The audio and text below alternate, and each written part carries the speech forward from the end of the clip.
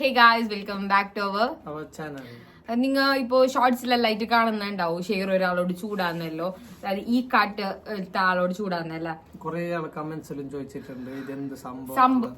അതിലത്തെ ജസ്റ്റ് ഒരു ക്ലിപ്പ് മാത്രമേ കാണുന്നുള്ളത്. ബാക്ക്ഗ്രൗണ്ടിൽ എന്ത് നടന്നെന്നുള്ളത് കറക്റ്റ് അറിയില്ല, അപ്പൊ നമുക്ക് കറക്റ്റ് പറഞ്ഞുതരാം. അത് എന്തെന്നല്ല പറഞ്ഞിരുന്നാണ് ഈ ഒരു വീഡിയോ.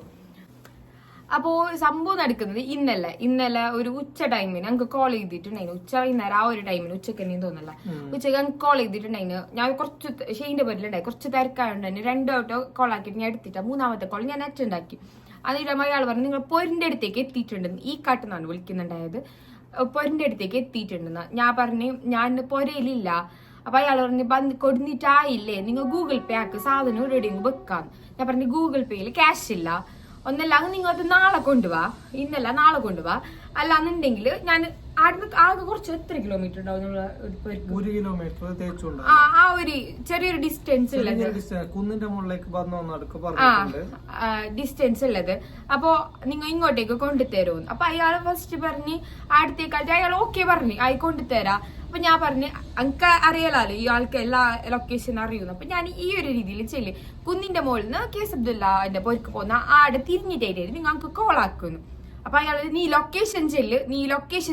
അപ്പൊ ഞാൻ പറഞ്ഞു നിങ്ങൾക്ക് ഞാൻ ഇപ്ലേ പറഞ്ഞ നിങ്ങൾക്ക് മറക്കല്ലേ, നിങ്ങൾ ഇവിടെ എത്തിയിട്ടായിട്ട് വിളിക്കുക, അത് നീ ചെല്ല്. എന്നിട്ട് അയാള് ഇന്ന മഞ്ചില ഒരു വീട്ടു പേര് ചോദിക്കുന്നത്, ഇതാ ഇതിന്റെ അപ്പുറത്തെ അതിന്റെ അപ്പുറത്തെ. ഞാൻ പറഞ്ഞു അതൊന്നും ഞങ്ങൾക്കറിയാല, നിങ്ങൾ ആടെ എത്തിയിട്ട് വിളിക്ക്. അത് ഞാൻ ഇങ്ങനെ ലൊക്കേഷൻ പറഞ്ഞു കൊടുത്ത്.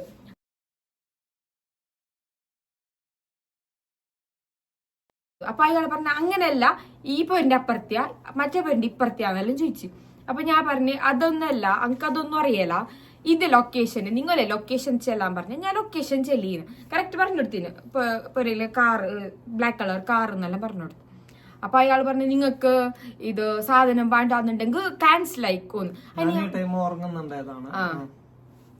ഓൻ ഉറങ്ങുന്നുണ്ട്, ഞാനാണ് സംസാരിക്കുന്നല്ല. സംഭവം എന്റെ ഫോണിൽ തന്നെ ഓർഡർ ആക്കിയതും ഞാൻ സംസാരിക്കുന്നുണ്ട്. അയാൾ അടുത്തത് ഇങ്ങനെ ചോദിക്കുന്നത് നിങ്ങൾക്ക് സാധനം വേണ്ടെങ്കിൽ ക്യാൻസൽ ആയിക്കോന്ന്. അതിന് സാധനം വേണ്ടെന്ന് അയാളോട് ചെല്ലിയത് എന്ത് ഒന്നല്ല, നിങ്ങൾ നാളെ കൊണ്ടുപോവാ, അല്ലാന്നുണ്ടെങ്കിൽ ഈ ലൊക്കേഷനിൽ കൊണ്ടുപോവാ. ഞാൻ ആകെ അയാൾ ചൂടായത് എന്തിനാ ഫസ്റ്റ് കൊണ്ടുപോകുന്ന ചെല്ലി അയാളെ കൊണ്ടുപോരാ ലൊക്കേഷൻ ചെല്ലിയത്.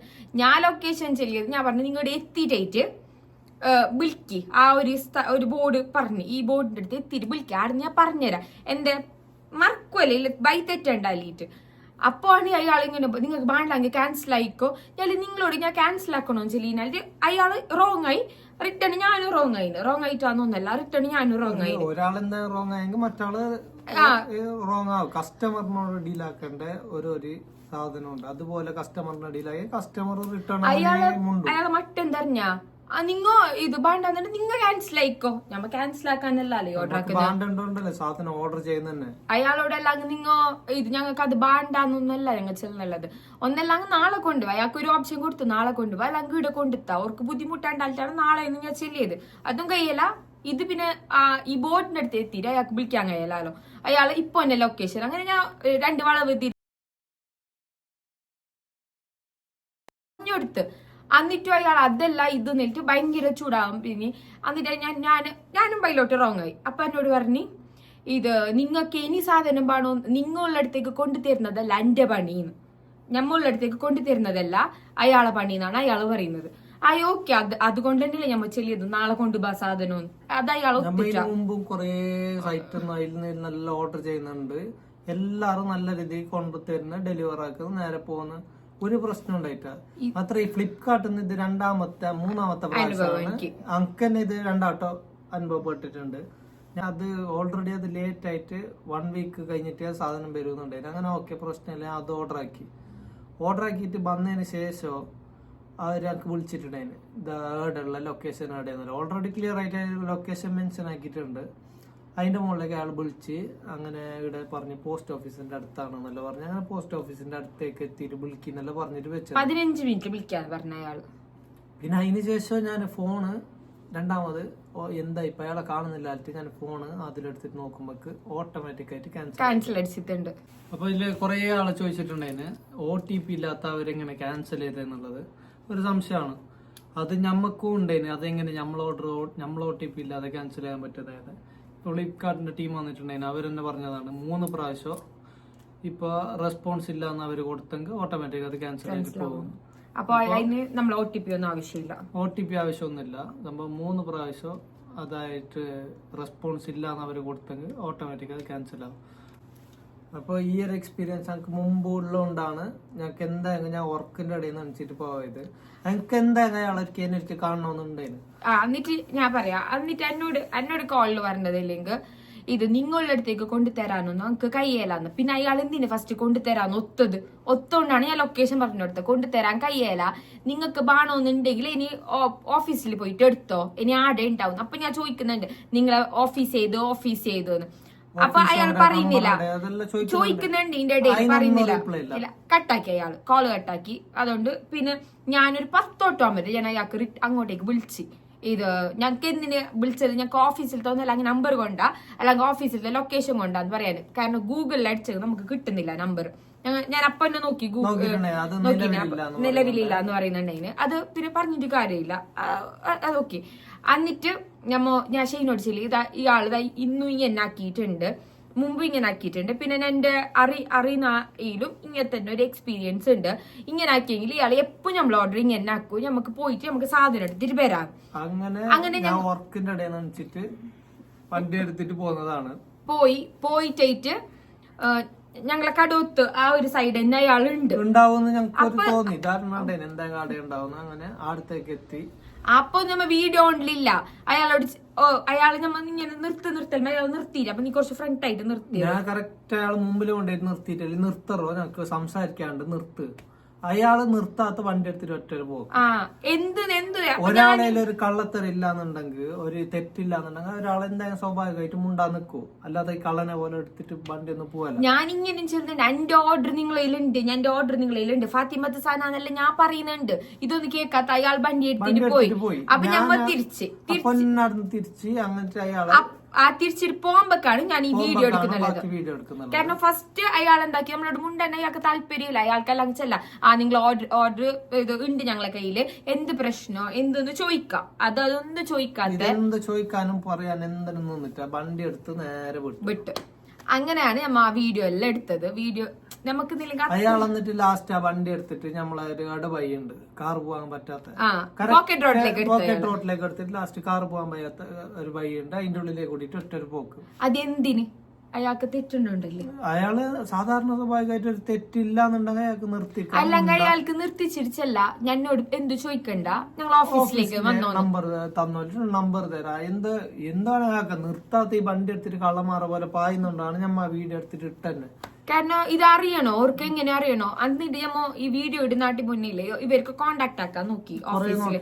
അപ്പൊ നമുക്ക് കോണ്ടാക്ട് ആക്കാൻ പറ്റിയിട്ടാ. പിന്നെ കൊറേ കോണ്ടാക്ട് ആക്കാൻ വേറെ കുറെ ആളോട് ചോദിച്ചിട്ട് നോക്കി, അന്വേഷിച്ചിട്ട് നോക്കി കിട്ടിയിട്ടാ. പക്ഷെ ഞാൻ ചെല്ലാലോ ഈ ഫ്ലിപ്കാർട്ടും ഇതില് ഹെൽപ്ലെസ് ആണ്.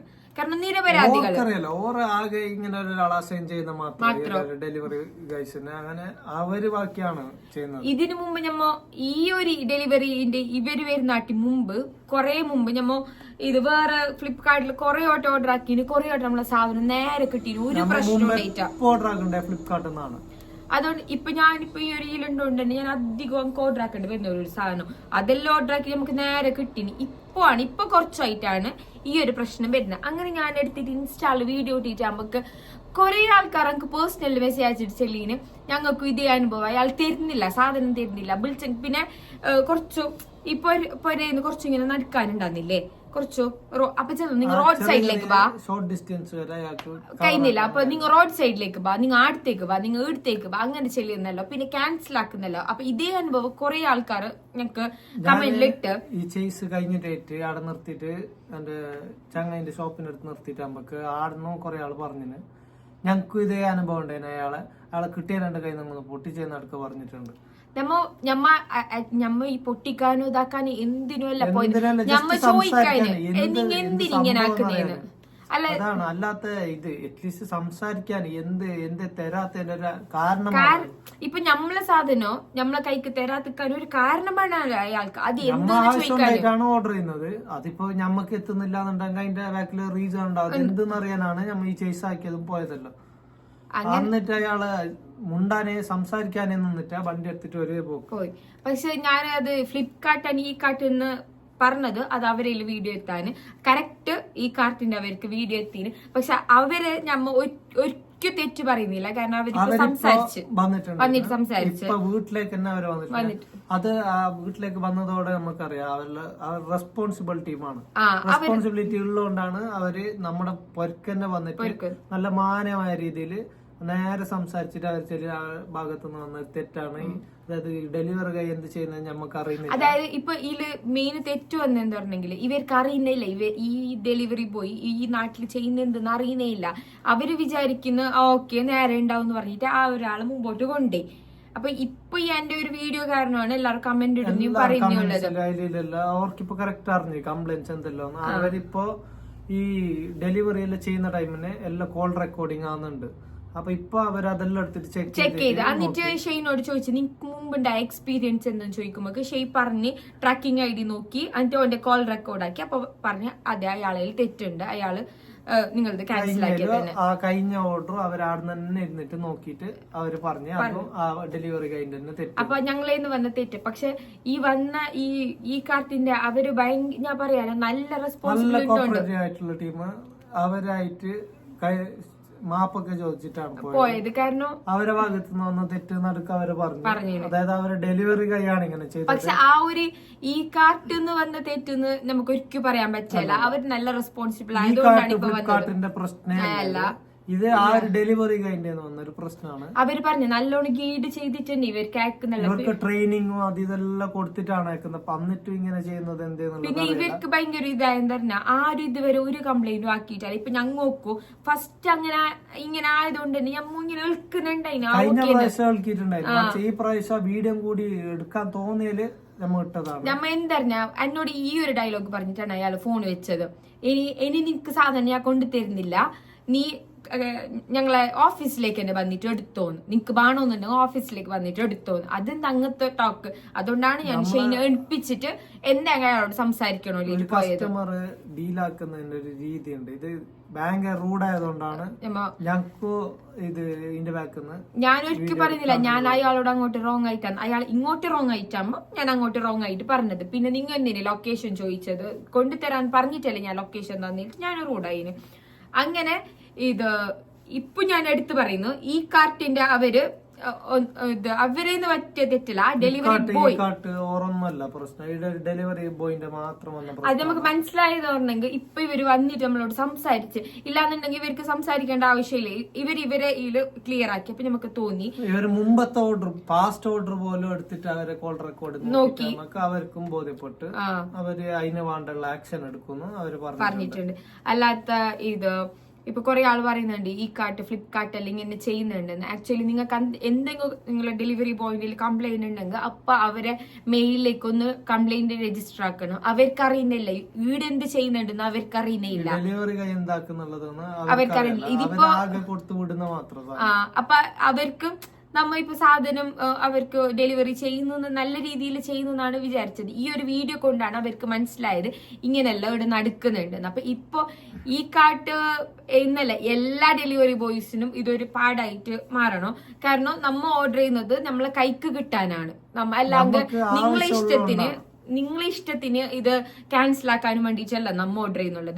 അഥവാ നമുക്ക് അങ്ങനെ ഓർഡർ ചെയ്തിട്ട് നമുക്ക് ക്യാൻസൽ ചെയ്യണമെന്നുണ്ടെങ്കിൽ തന്നെ ഒന്നെല്ലാം ക്യാൻസൽ ഓപ്ഷൻ ഉണ്ട്. അല്ലെങ്കിൽ നിങ്ങളെ കോൾ എടുത്തിട്ട് നിങ്ങളോട് തന്നെ പറയും അത് ക്യാൻസൽ ചെയ്തോന്ന്.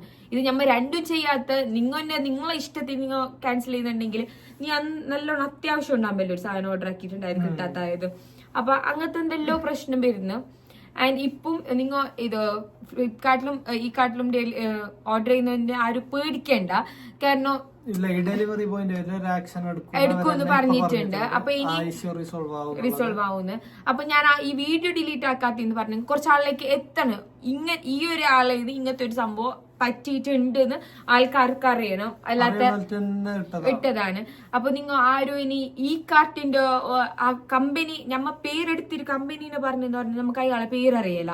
അപ്പൊ നമുക്ക് പറയാൻ പറ്റുമോ എത്ര എന്ത് അവര് കമ്പനി മാത്രം. അതുകൊണ്ടാണ് മിസ്റ്റേക്ക് അല്ല. അവര് വന്നിട്ട് സോറി വരെ പറഞ്ഞ് കമ്പനിന്ന് ആൾക്കാർ വന്നിട്ട് ഡയറക്റ്റ് സംസാരിച്ചിട്ട് അവര് പറഞ്ഞിട്ടുണ്ട് സോറി എന്ന് പറഞ്ഞിട്ടുണ്ട്. ആ സോറി പറയാൻ കാണിച്ച മനസ്സിന് നമുക്ക് മതി. അവർ നല്ല റെസ്പോൺസിബിൾ ആണ്.